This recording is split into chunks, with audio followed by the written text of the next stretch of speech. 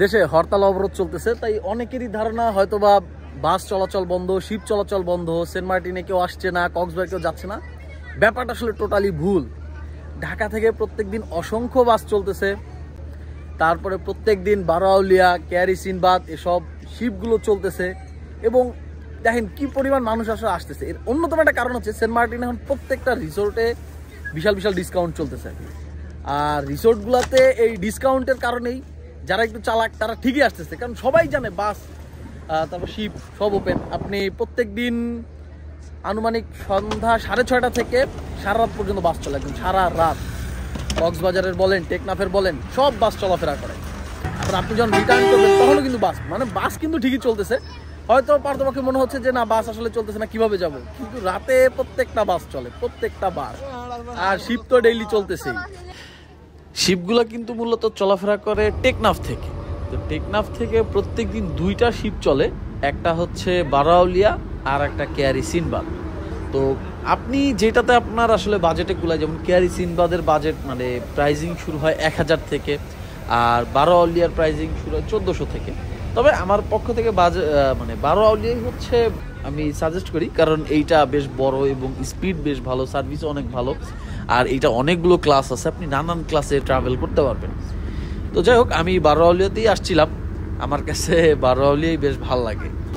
তবে আমিও সবার মতো ভাবছিলাম হয়তোবা শিপে তেমন একটা ভিড় হবে না, মানুষজন থাকবে না, কিন্তু শিপে আসার পর আসলে আমার ভুল ভাঙে। শিপে এসে দেখি প্রচুর মানুষ, প্রচুর। এমনকি ক্যারি সিনবাদের সাথে যখন দেখছি, মানে ক্যারি সিনবাদ যখন সেন্ট মার্টিন ঘাটে আসছে, পুরা ক্যারি সিনবাদও ফুলফিল। বারোয়াউলিয়া বরাবরই হচ্ছে অন্যান্য শিপের চেয়ে একটু তাড়াতাড়ি দ্বীপে চলে আসে। তো যাই হোক, এবার একটা অবাক করার ব্যাপার দেখছি, সেটা হচ্ছে কোস্ট গার্ড ড্রোনের ক্ষেত্রে খুব সতর্ক, খুব বারবার ঘোষণা দিচ্ছিল আপনাদের কারো কাছে যদি ড্রোন থাকে আপনারা কোস্ট গার্ড অফিসে এসে যোগাযোগ করেন, আপনাদের কারো কাছে যদি ড্রোন থাকে কোস্ট গার্ড অফিসে এসে যোগাযোগ করেন। এর কারণ কি সেটা আসলে বুঝতে পারতেছি না, বাট এরা ড্রোনের ক্ষেত্রে খুব খুব খুব সতর্ক হয়েছে। আচ্ছা, এই টাইমে আসার যে আরেকটা সুফল পাবেন সেটা হচ্ছে অটো ভাড়া তুলনামূলক কম। অন্যান্য সময় তো অনেক বেশি থাকে অটো ভাড়া, কিন্তু এখন তুলনামূলক অটো ভাড়া অনেক কম। আর একটা সবচেয়ে বড় ব্যাপার যেটা, সেন্ট মার্টিনে আপনি একদম ফাঁকা পাবেন। অনেকে আছেন নিরিবিলিতে ঘুরতে পছন্দ করেন, তাদের জন্য তো ভাই একদম পারফেক্ট। আপনি সি বিচ বলেন, মানে উত্তর সি বিচ বা দক্ষিণ বা পশ্চিম পূর্ব যেইটাই বলেন না কেন, প্রত্যেকটাই অলমোস্ট ফাঁকা, অল্প অল্প ট্যুরিস্ট আছে। আর ওই যে আরেকটা জিনিস, সেটা হচ্ছে প্রত্যেকটা রিসোর্টই অনেক বড় বড় ডিসকাউন্ট চলতেছে। দেখা গেছে এত এত পশ রিসোর্ট, প্রত্যেকটাতেই আপনি ডিসকাউন্ট পাবেন। আবার অনেকেই আছেন স্টুডেন্ট যারা একটু কম খরচে ঘুরতে যেতে চান, তারা কিন্তু এখন যাইতে পারেন ভাই। এখন কিন্তু ওই যে বললাম বাজেটের মধ্যে সব কিছু পেয়ে যাবেন।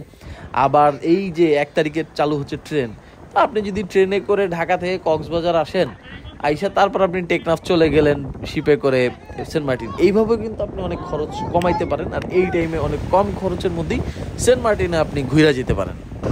সুতরাং কম খরচে যদি চমৎকার একটা ট্রিপ করতে চান, এখন সেন্ট মার্টিন আসতে পারেন। কারণ ওই যে বললাম প্রত্যেকটা রিসোর্টে আপনার খরচ কম লাগতেছে, তারপর যে অটো ভাড়া ওগুলো কম লাগতেছে, ভিড় তেমন নাই, সব মিলিয়ে জোস, সব চলে আসতে পারেন।